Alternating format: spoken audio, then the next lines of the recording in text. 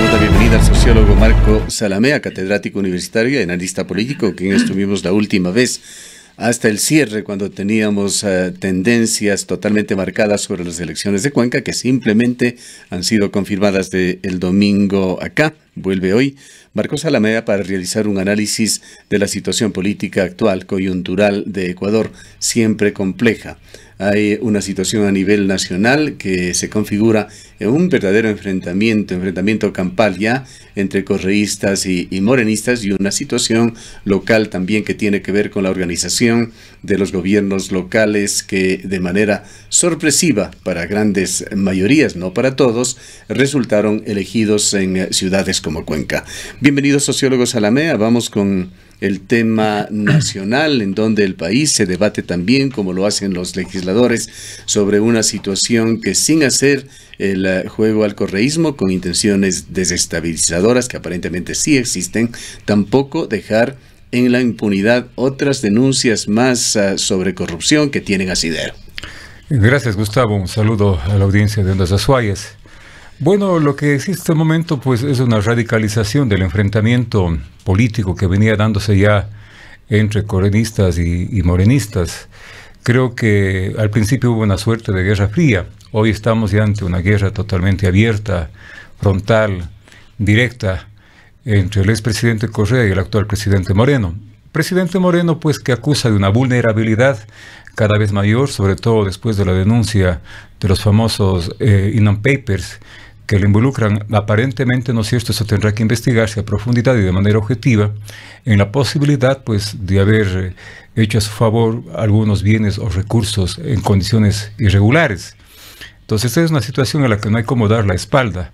Yo pienso que a nombre de la crítica a la oposición, al correísmo, que ha sido también plenamente justificada para amplios sectores sociales y políticos por la involucración en los casos de corrupción, no se puede dejar de lado también una investigación profusa, profunda a este tipo de denuncias. Cierto hay que recordar que mientras no sean condenados por la justicia, los personajes involucrados siguen siendo inocentes, pero están por detrás investigaciones y denuncias que no son solamente de ahora, que tenían ya un pasado relativamente reciente, sí, pero que se radica en los 2 últimos años, de gente que ha adquirido enorme prestigio por la solidez de sus denuncias, como Fernando Villavicencio y el periodista Cristian Zurita. Claro, estas denuncias no nacen de los correístas, nacen, como usted recuerda bien, Gustavo, de importantes personajes de opinión, periodistas de investigación serios, que combatieron arduamente al correísmo, Fernando Villavicencio y Cristian Zurita, y por lo tanto, pues,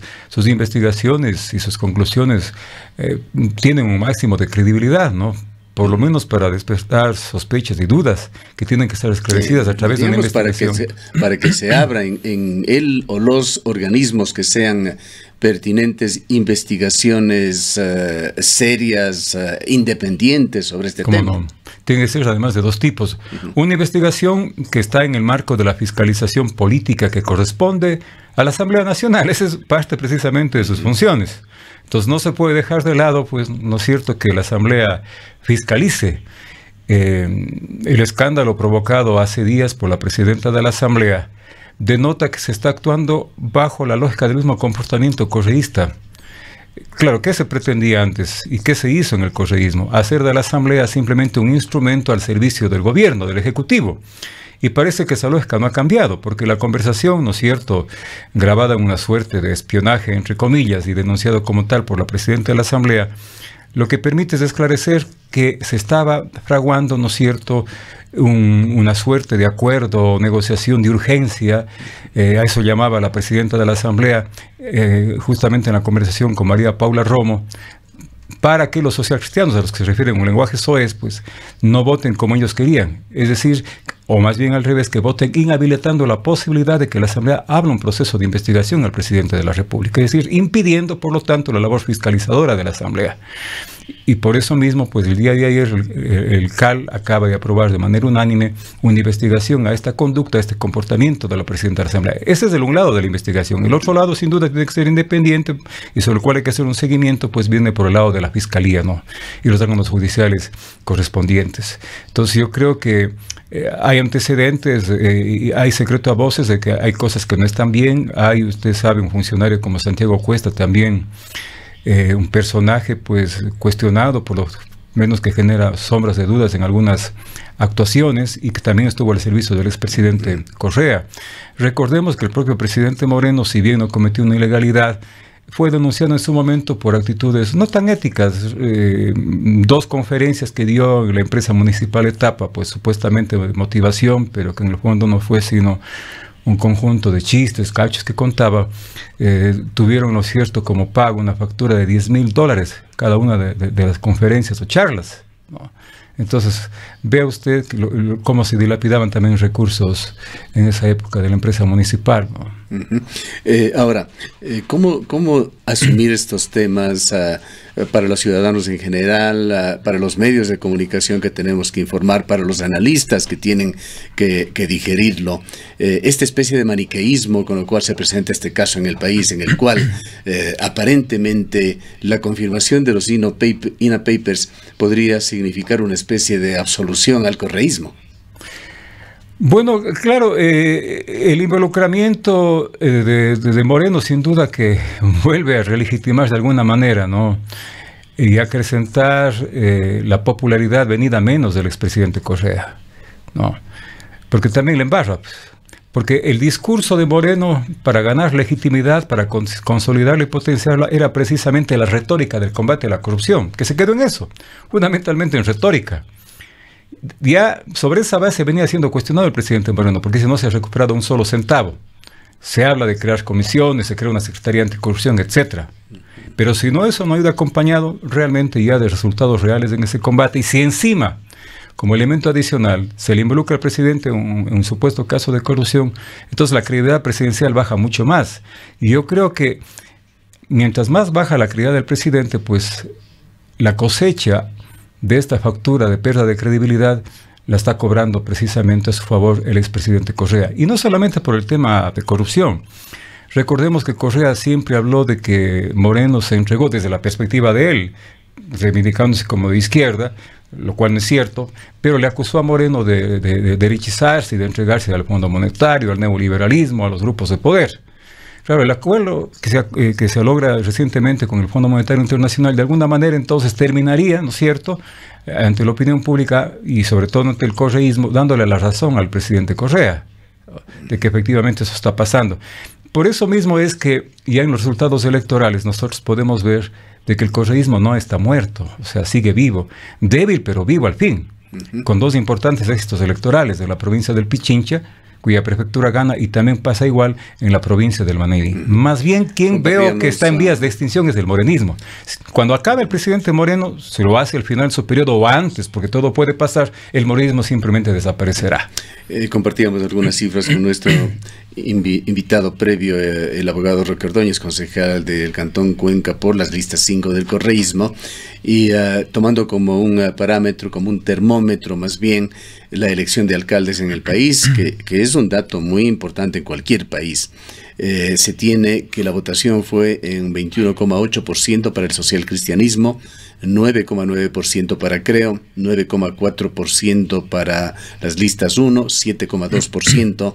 En el cuarto lugar estaría el correísmo, Izquierda Democrática 5,8%, y hay otros partidos con porcentajes menores. Hay un nuevo mapa electoral en el país. Un nuevo mapa político, ¿no es cierto?, en el país, y que consolida la regionalización de las fuerzas políticas.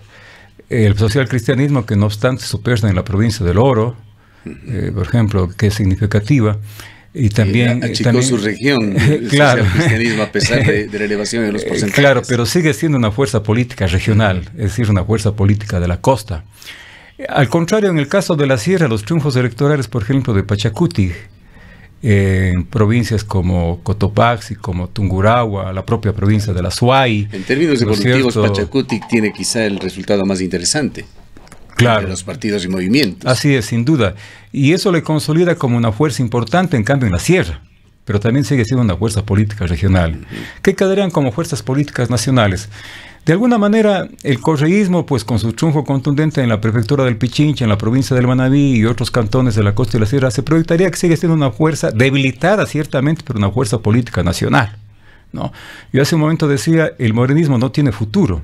El correísmo se ve que tiene perspectiva todavía, incluso de crecer un poco más, ¿no? Justamente los errores del morenismo, la crisis de legitimidad del morenismo juega a favor del propio correísmo. Y por otro lado también algo significativo en los resultados electorales es que creo casi tiene un fracaso rotundo. No hay un triunfo significativo a nivel del país. Así como Pachacuti tiene un crecimiento interesante, creo tiene un retroceso bastante delicado comparando con las elecciones anteriores. Lo cual le complica un poco, ¿no es cierto?, las perspectivas, las aspiraciones del propio Guillermo Lasso. Ellos por lo menos esperaban y aspiraban a tener la prefectura de la provincia de la Suay. Ya sabemos lo que pasó, ¿no? Ni eso siquiera se dio. Entonces, la causa está bastante fragmentada a nivel del país, ¿no es cierto? Las perspectivas político-electorales todavía siguen siendo inciertas. Y yo pienso que aquella polarización de la que se venía hablando hasta hace poco entre Nebot y Lasso pueden más bien dar paso a otro tipo de fuerzas políticas, ¿no es cierto? Y la posibilidad de que el tablero electoral para el 2021 tenga variaciones. No dejemos en orfandad en cuanto a análisis al Consejo Municipal de la ciudad de Cuenca.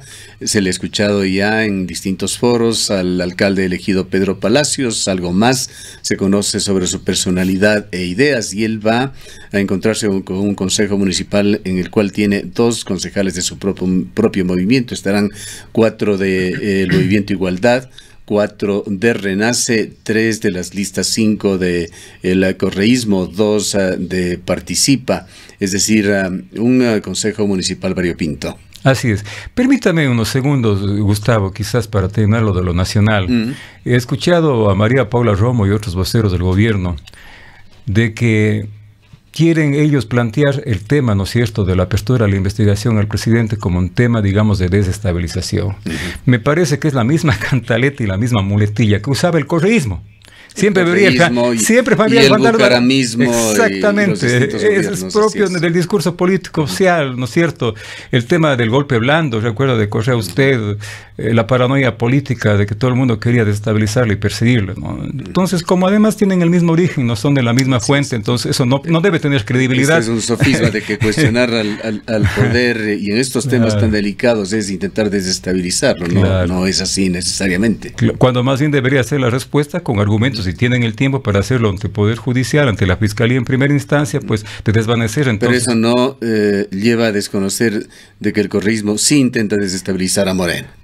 Pero, a ver, ¿cuál sería el objetivo de la desestabilización? Que quiere el vicepresidente Otto, como es cuyo apellido es tan difícil de pronunciar, Sonnenholzner, exactamente, ¿no? Sonnenholzner. Ya. Entonces, no creo que apuntalen hacia eso, ¿no? Definitivamente.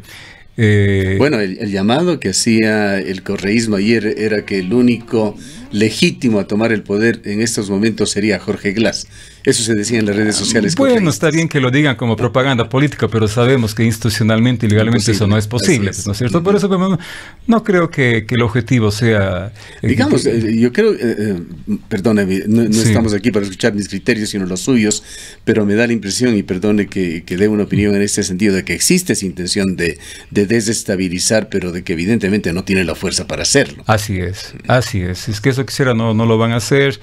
Y si Moreno es evidenciado en algún tipo de responsabilidad o culpabilidad, tendrá que irse y procederse pues, al relevo institucional, ¿no? Y eventualmente habrá que ver cómo se mueve la correlación de fuerzas políticas, la coyuntura en ese momento, a lo mejor un adelanto de elecciones. No deja toda esta situación de complicar al gobierno de Moreno.